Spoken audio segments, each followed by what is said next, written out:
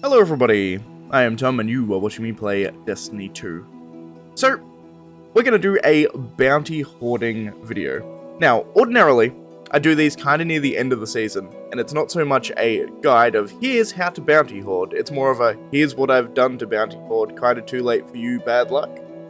But this time I've decided to do it in time so that it's actually useful as a guide for people. So, the reason we're doing this 6 weeks before the season ends, which is a fairly long time, is twofold. One, a lot of people are already at the level at which XP doesn't really do anything for them. After you hit a certain point in the season, around 130 to 150-ish, you hit the point where the only reason you actually get experience, like the only benefit you get from getting experience, is every 5 levels on your season pass, you'll get a free Eververse engram. So that's cool, I guess. But for generally speaking, at that point you can start saving your experience for the next expansion. Particularly because we're going into a full-on expansion now, we're going into Lightfall. Bounty hoarding's more relevant now. As I always say before this, it is worth noting that bounty hoarding is largely not necessary. You don't have to do any of this. It's not going to be super helpful for you. All it does is give you a very small boost at the start. You'll probably start the season around level 20 to 30-ish if you do this. So, first thing I want to say is dailies don't really matter.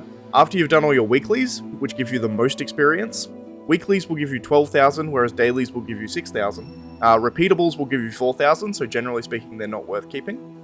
But you want to fill out as many weeklies as you can.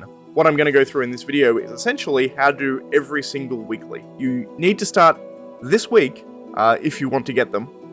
I will be probably uploading this one day before reset, but from tomorrow, if you're watching this on the day of release, you're going to need to do every week to be able to get every single possible bounty.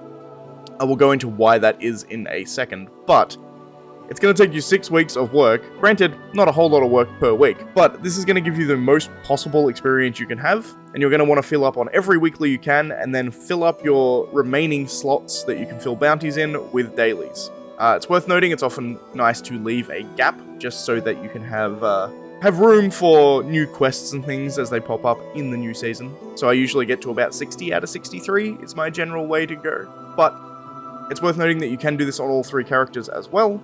But without further ado, let's actually get into this.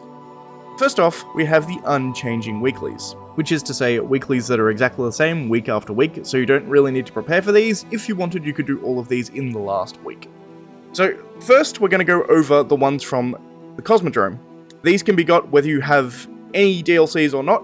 This is completely free to play. You can get the ones on Cosmodrome. We have Public Disturbance and Full Spectrum. You just go to the Cosmodrome, speak to Shorhan and grab his weeklies.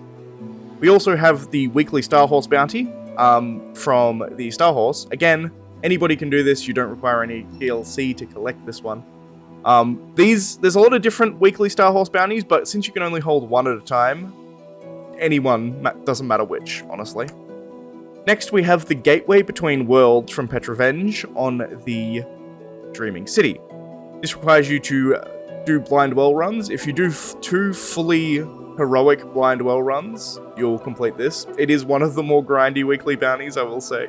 It's also been updated very recently so that the Petrovenge bounties actually do give you the full experience that you're required.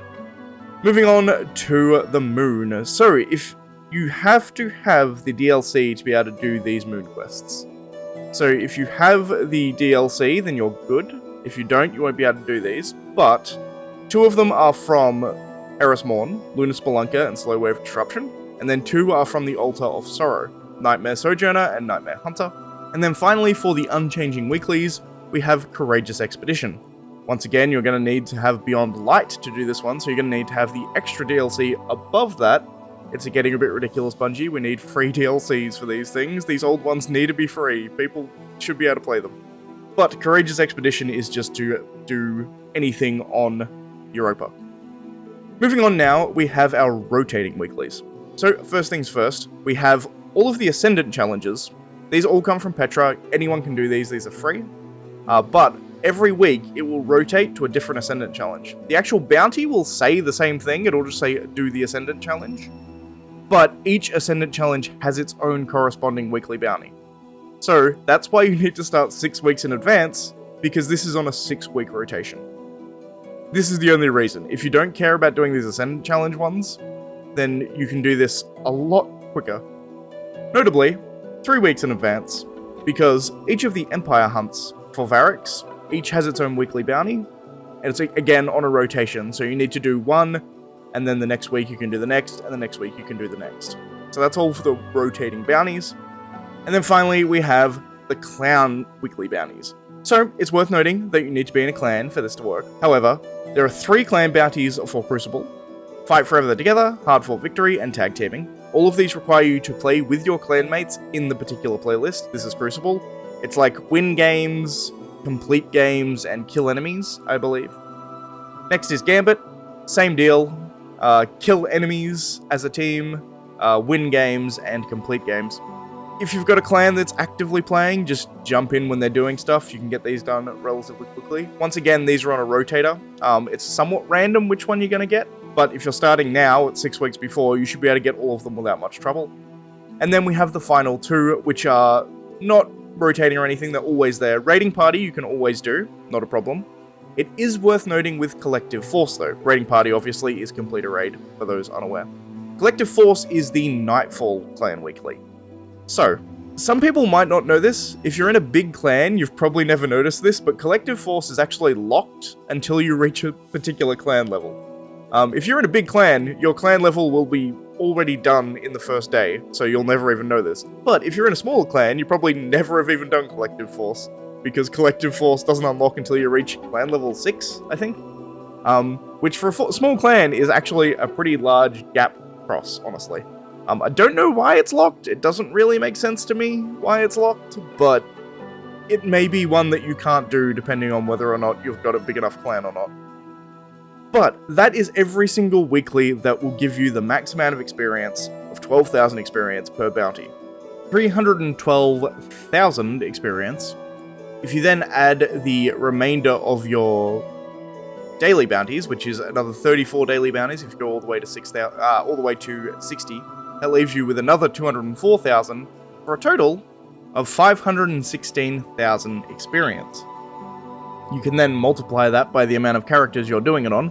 So if you're doing it on 3 characters, you're sitting on a fair amount of experience. But it is 100,000 points per level, and then you can add in on top of that the extra bonuses you get, like your Ghost Shell, which will add an extra 12% on top. You get double ranks for the first 5 ranks of the week. So if you only claim them to go up 5, you can get a lot very quickly if you do this as optimally as possible. But for the sake of argument, let's just say you claim it all at once. You're going to be sitting up around about level 20-ish, maybe even higher, maybe all the way to 30, depending on where your experience curve goes. But it's definitely a big boost at the start of the season, particularly, essentially, day 1 of the season. But that's all there is for this video. If you like the video, please leave a like. If you're not subscribed, please consider subscribing. As always, thanks for watching, and I'll see you next time. Bye, guys.